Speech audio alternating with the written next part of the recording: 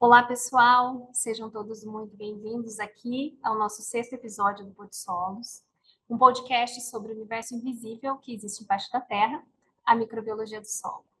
Eu sou Amanda Mara, eu sou jornalista, mas eu sou uma curiosa aí sobre agronegócio, sobre ciência, e estou aqui para falar um pouco desse canal que pretende, desvendar, traduzir e descomplicar o universo microbiológico do solo. E hoje, mais uma vez, a gente traz aqui o pesquisador da Embrapa Meio Ambiente, professor do programa de pós-graduação da Universidade de São Paulo, formado em engenharia agronômica, doutor em genética e melhoramento de plantas pela Universidade de São Paulo. A gente traz então o Rodrigo Mendes, ele já esteve aqui. Obrigada, Rodrigo, mais uma vez pela sua presença. No nosso episódio anterior, no nosso quinto episódio, ele falou um pouco da trajetória, contou aí um pouco da sua experiência enquanto pesquisador e falou um pouco sobre a sua pesquisa voltada para a microbiologia do solo. E eu te convido, então, a conhecer um pouco mais sobre o Rodrigo no episódio anterior e nessa conversa a gente vai aprofundar um pouco aí e as nossas perguntas serão direcionadas a um tema bem polêmico, muito importante aí mundialmente, que são as mudanças climáticas, né? E como é que esse fenômeno ele afeta diretamente ao agricultor. Então, bem-vindo, Rodrigo, mais uma vez aqui conosco. Obrigada pela sua presença. Obrigado, Bara. É um prazer estar de volta aqui para falar desse tema e o que os micro-organismos têm a ver com isso. Mas então vamos desvendar um pouquinho aí, né? O que a gente tem assistido nessas mudanças climáticas aí há muito tempo, né? Já temos muito tempo sobre essas mudanças meteorológicas e quanto isso tem, né, devastado algumas áreas do planeta como um todo.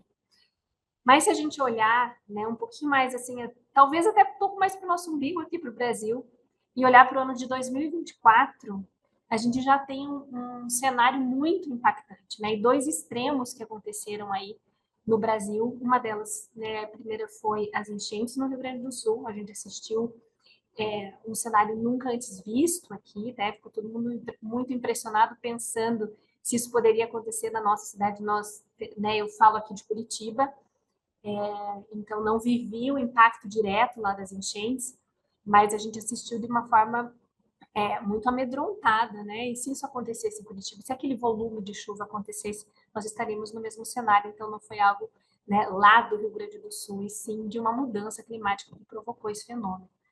E aí, alguns meses depois, a gente viu o Brasil em queimadas, né? Em várias regiões do Brasil, e aí não mais localizado no lugar, mas a gente viu o Brasil em chamas aí por um certo tempo. E aí vem a minha primeira pergunta, né, para você, diante desse cenário. Isso tem volta, Rodrigo? Né? Ainda dá tempo da gente resolver alguma coisa? Tem alguma forma de prevenir tudo isso? É, esse é um assunto bem quente, né, Amanda? Fazendo um trocadilho aqui com o efeito das mudanças Muito, climáticas. muito quente. É, é um assunto bem polêmico. Se a gente olhar para o que a gente tem de evidência, a gente sempre teve eventos que fogem do padrão, mas o aumento da frequência desses eventos é uma evidência bem grande das mudanças do clima. Isso a gente tem observado. Né? Você citou dois exemplos aí de inundações, né? De fogo, de seca. A gente sempre teve esses eventos mais drásticos, espalhados por vários lugares do globo, mas isso tem aumentado em frequência e isso é uma evidência das mudanças do clima. Associado a isso, a gente tem um constante aumento da temperatura, né? A gente tem vários ciclos e a gente percebe um aumento consistente, aumento de concentração de gás de efeito estufa na atmosfera também, e isso causa uma preocupação muito grande. E, diante disso, o que a gente faz? Né? Existem duas abordagens que os pesquisadores e cientistas têm usado para tratar os efeitos das mudanças do clima. Uma delas é a gente entender que a gente precisa se adaptar. No caso das enchentes, por exemplo, a gente tem que construir infraestrutura para escoamento, lagos. No caso de impacto do aumento da falta de água, por exemplo, em sistemas agrícolas, a gente tem que encontrar uma alternativa, encontrar materiais genéticos que são mais adaptados a essas condições. Então, essa é uma linha, é a adaptação. É a gente reconhecer o impacto das mudanças do clima e encontrar estratégias, formas de lidar com isso. E uma outra abordagem é de mitigação, é tentar evitar a que os efeitos não piorem, né? E isso é uma das coisas que, alguma das metas que a Conferência das Nações Unidas tem colocado, né, para colocar um teto do aumento da temperatura. E daí como a gente pode fazer isso? Retirando o carbono da atmosfera e armazenando e sequestrando no solo, né? Então, a gente espera que usar energia limpa, por exemplo, usar menos químicos ou produção de materiais que têm grande pegada de carbono, vai ajudar a gente a amenizar ou a mitigar os efeitos das mudanças climáticas, né? Isso é um assunto importante, principalmente nesse momento, porque a Conferência das Nações Unidas sobre as mudanças do clima desse ano acontece aqui no Brasil, em Belém, no final do ano. Inclusive, é muito simbólico que isso vai acontecer dentro da floresta amazônica, né? A importância do Brasil nesse tema. E como todo assunto polêmico, as pessoas têm posições bem contrastantes em relação a isso. E daí eu vou dar a minha opinião, né? Você perguntou se eu acho que esse cenário tem volta, ou se tem solução ou não. Então, tem pessoas que têm uma visão mais catastrófica. A gente está caminhando por um caminho meio sem volta e isso vai entrar em colapso em algum momento. E tem pessoas que têm uma visão mais otimista, ou que acredita que, de alguma forma, a gente pode encontrar alguma solução. Eu acho que a gente pode encontrar uma solução. Talvez ela não seja tão clara hoje, né? Tem um conjunto de iniciativas, mas eu acho que a nossa salvação está na genialidade humana. E a gente vai acabar encontrando um jeito de lidar com isso melhor. E daí eu tenho uma pequena história para contar aqui. Em 1890, 1900, a cidade de Nova York era um caos. Eles estavam enfrentando um problema ambiental assim, sem precedentes nenhum. Tinha um problema de congestionamento na cidade enorme, né? E assim, à medida que eu vou falando, parece que eu estou falando das grandes cidades do Brasil. Então, tinha um problema Não parece longe, mas estamos bem próximos, né? um problema de trânsito enorme. O número de acidentes de trânsito com fatalidade era gigantesco, gigantesco. A poluição por causa do trânsito também era gigante, era um problema de saúde da universidade, da cidade de Nova York. Só que não tinha carro. O problema eram os cavalos e as carroças, né? O trânsito de cavalos era um caos na cidade. E a sujeira dos cavalos também trazia um problema sério de saúde pública. Era tanto esterco despejado nas ruas que eles tinham que pegar alguns terrenos, lotes vazios na cidade e empilhavam o esterco. Não tinha como dar vazão para isso para fora da cidade. O problema de acidente, proporcionalmente, se comparar o número de cavalos o número de carro, morria mais gente atropelada por carroça em Nova York nessa época do que hoje em dia, no trânsito de hoje em dia.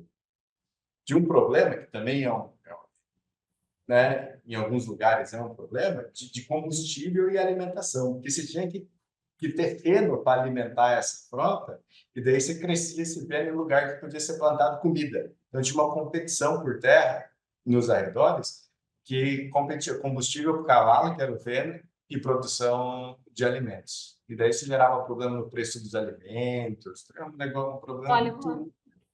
foi, né? Mera coincidência. E assim, Nova York, se a gente assiste as séries de Nova York, você vê as casas mais antigas, a parte antiga da cidade, você vê que tem uns degraus para dar acesso Uhum. à porta da entrada da casa, né? Então, você olha as séries, aquelas cenas românticas, sempre tem um beijo de despedida ali naquele degrau, ou tem alguém triste sentado ali no degrau da casa. Então, dizem que a necessidade desse degrau era para tirar a porta da entrada da casa do nível do esterco que ficava na rua da cidade. Era para ficar acima do nível do esterco. Então, esse era um problema e não tinha como resolver, né? Conta-se que faziam conferências, como que a gente vai resolver o problema aqui na cidade? E sabe o que resolveu o problema de Nova York? Eu não faço ideia. Parece até uma ironia. Hum. Foi a invenção do carro. Tirou os cavalos e trouxe uma tecnologia, vou falar aqui entre aspas, mais limpa, né, comparando com a situação da época, e Uhum. resolveu o problema de tirar o esterco, de tirar os cavalos. Às vezes um cavalo quebrava uma pata ou morria, daí tinha que vir e tinha seguro de cavalo, então não podia retirar o cavalo do meio da rua. O cavalo ficava morto na rua por 2, 3 dias, uma semana, e tinha que chamar alguém. Então era um problema enorme. E com a vinda do carro, Uhum. e mudou o cenário da cidade. Só que hoje a gente sabe que a gente tem um problema de novo, né? Que é o problema dos carros. Então, os carros nas grandes cidades têm um problema de poluição enorme. Hoje a gente tem carros elétricos, né?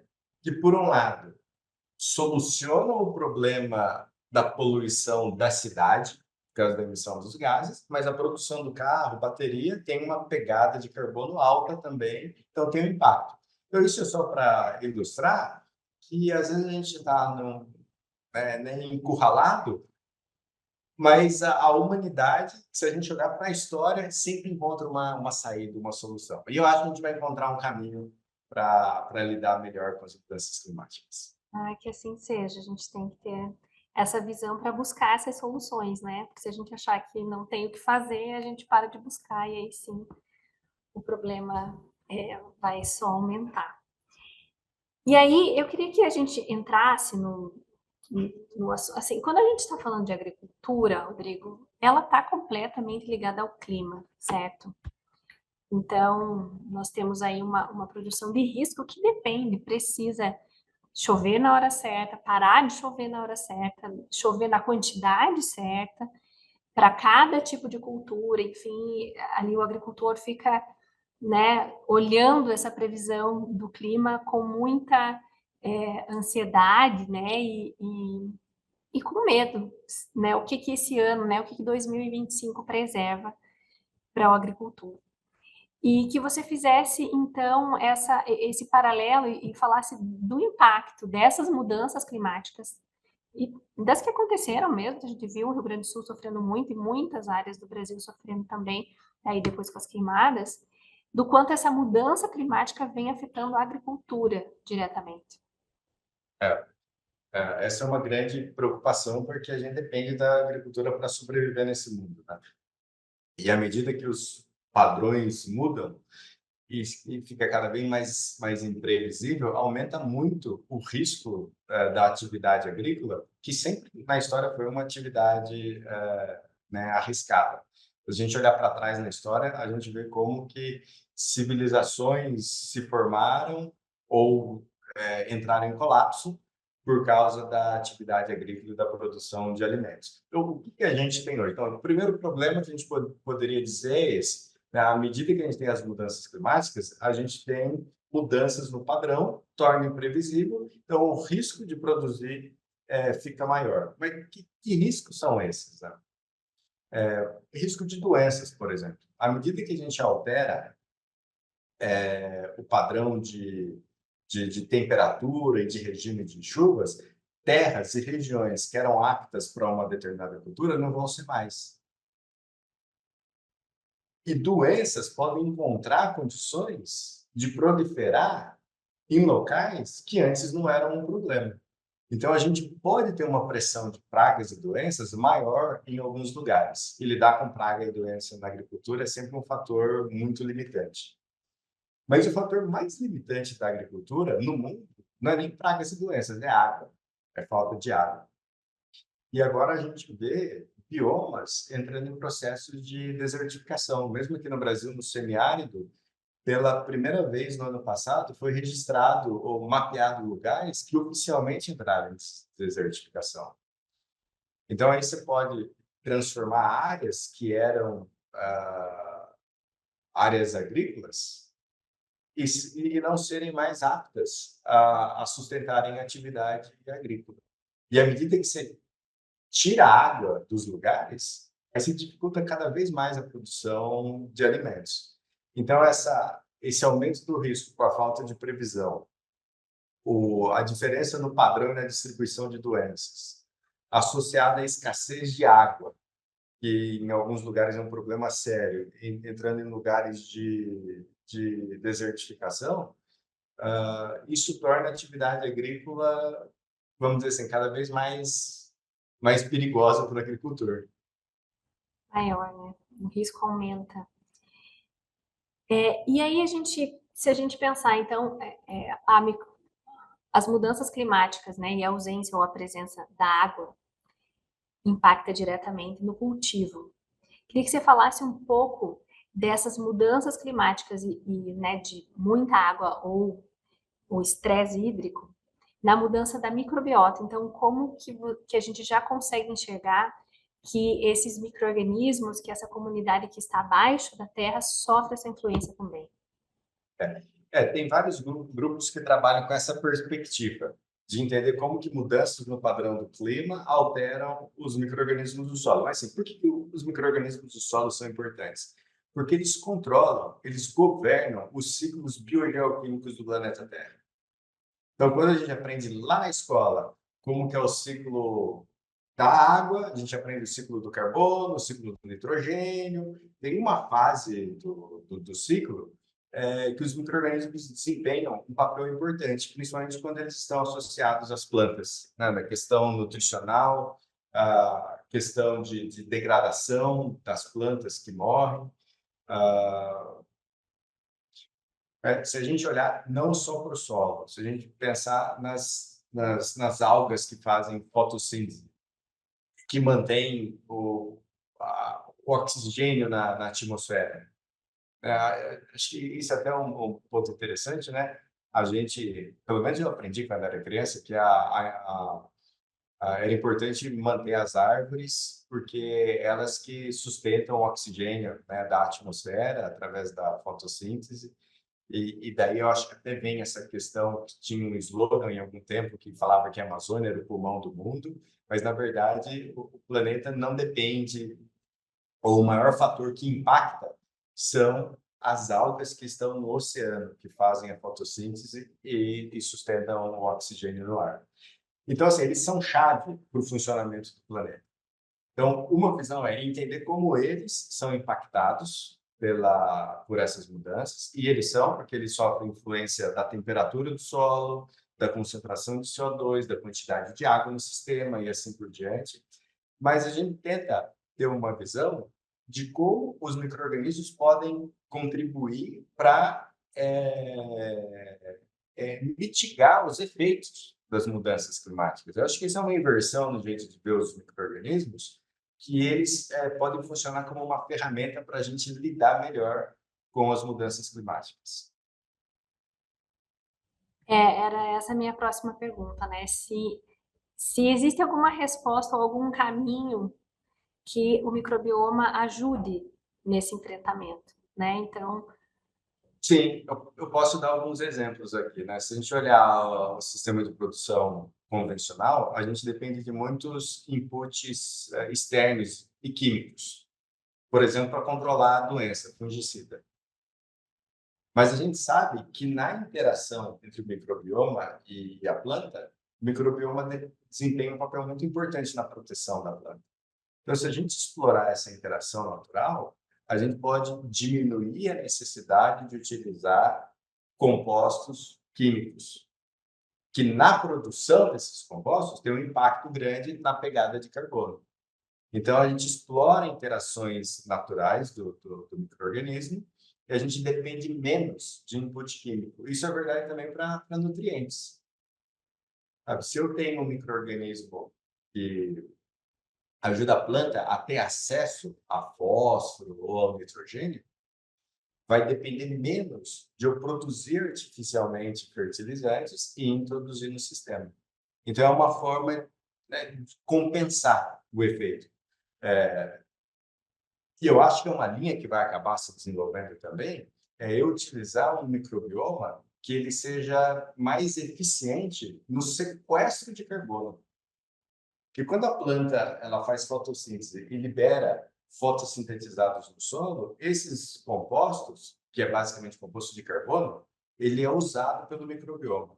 E se o microbioma processar esses exudados de maneira para estabilizá-los no solo, eu consigo aumentar o sequestro de carbono, retirando esse carbono da atmosfera. Então, eu acho que, para resumir, acho que são duas possibilidades, duas frentes importantes no estudo de microbiomas, que é entender a exploração dessas associações naturais, que vão permitir que a gente dependa menos de outros inputs, e outra é justamente manipular o microbioma debaixo do solo para aumentar o sequestro de carbono. E além do sequestro de carbono, uma comunidade microbiológica nessa área cultivável, ela pode ser mais ou menos resistente, por exemplo, a uma seca? A gente falou sobre a importância da diversidade desses micro-organismos no outro episódio, né, Amanda? E tem um conceito em ecologia que eu vou recuperar aqui, que chama redundância funcional. Isso quer dizer que eu posso ter diferentes micro-organismos que executam uma mesma função. E quando eu tenho uma diversidade grande no solo, eu tenho mais de um micro-organismo que consegue atender aquela função. Deixa eu usar um exemplo aqui, em vez de ficar falando de função, que é a capacidade do micro-organismo, por exemplo, fixar nitrogênio para a planta, estabelecer uma associação com a planta e fixar nitrogênio. Sim. Então, se eu tenho um evento extremo que eu leve a impactar essa comunidade, à medida que eu tenho diversidade, essa comunidade ela é mais resiliente. Ela consegue lidar com o efeito do estresse. O exemplo que a gente utilizou no outro podcast foi aquela história do cry for help.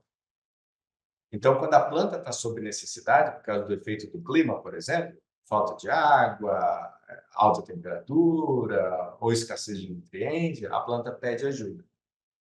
E se eu tenho um solo pobre, não tem ninguém para ajudar. Então, a manutenção da diversidade do microbioma do solo é chave e está diretamente correlacionada com a resiliência do sistema de produção.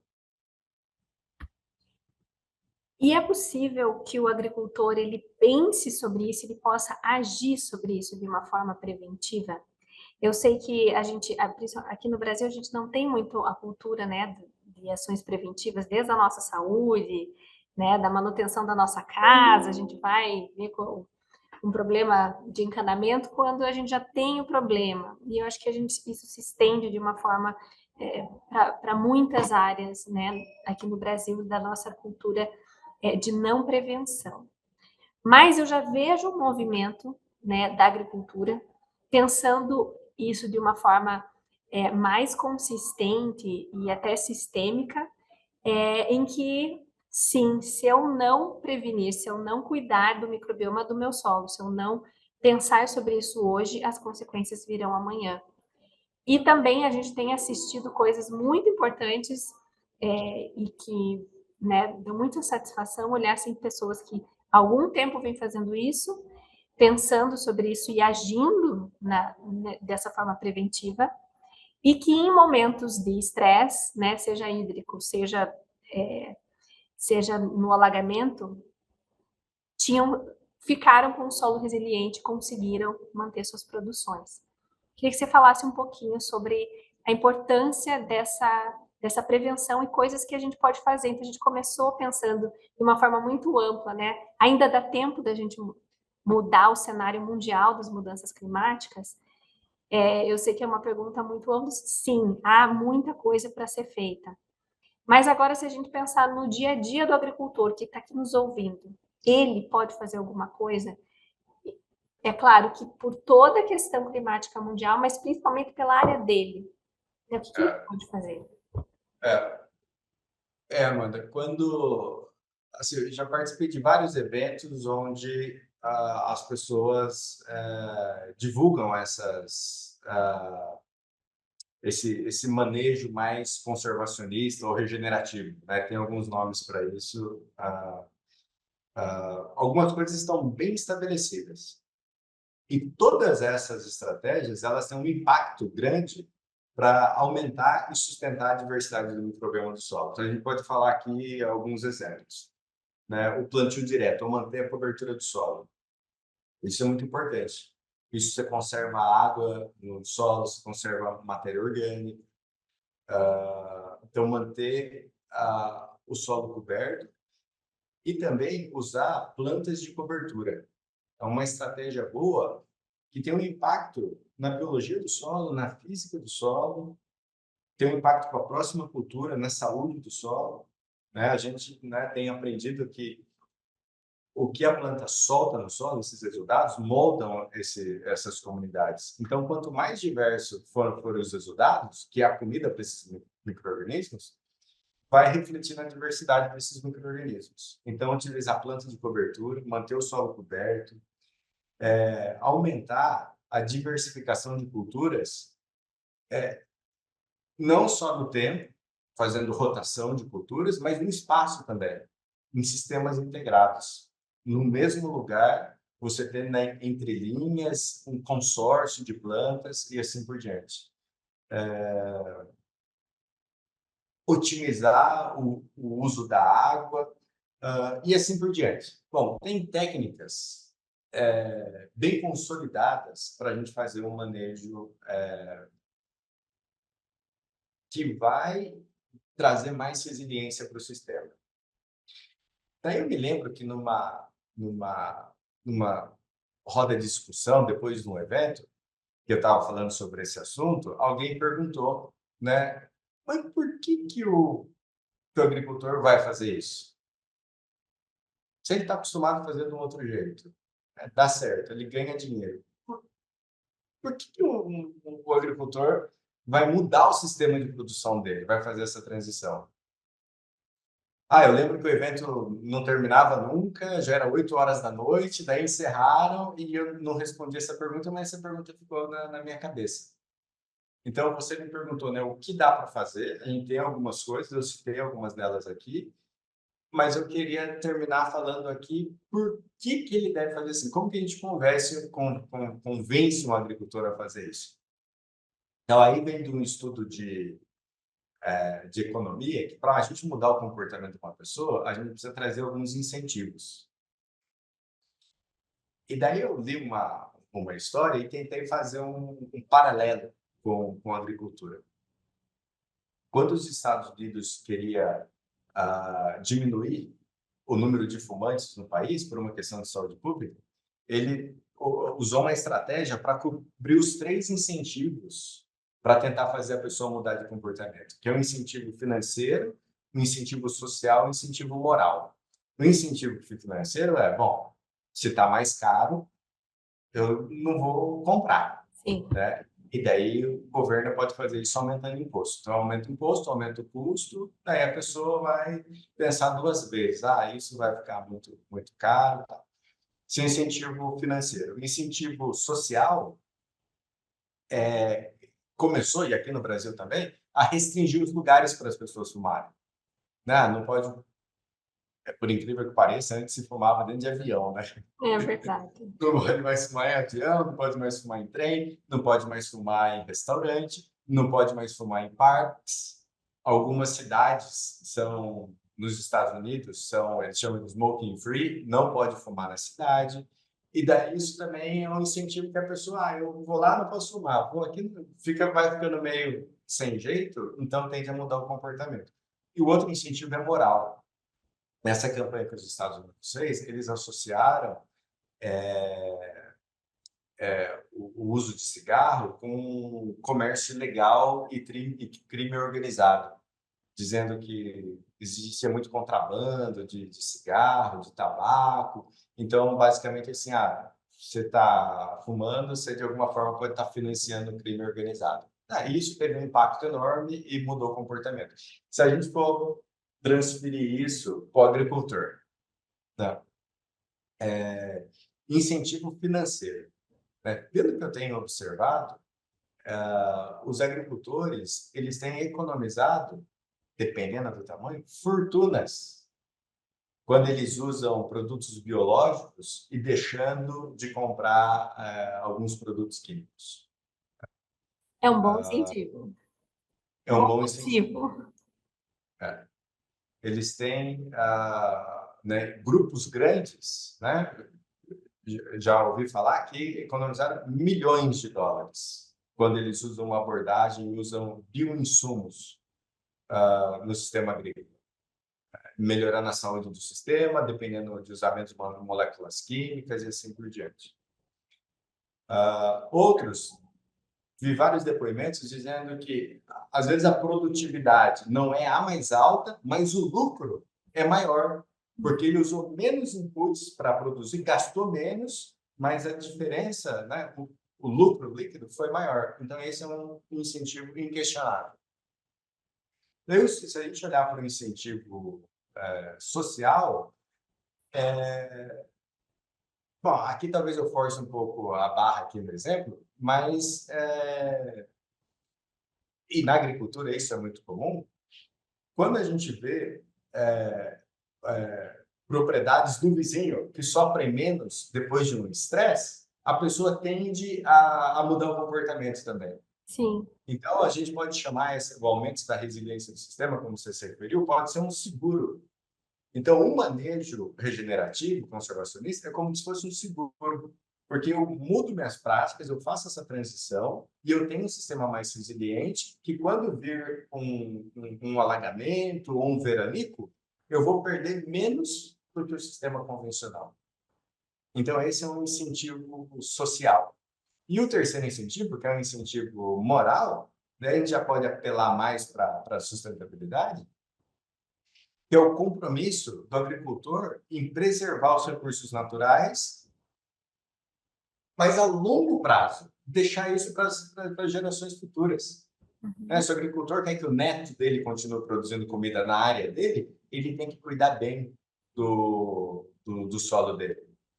E existem várias práticas que aumentam a produtividade de maneira urgente na próxima safra, mas está pagando um preço no solo e deixa um solo esgotado ou degradado para a próxima safra.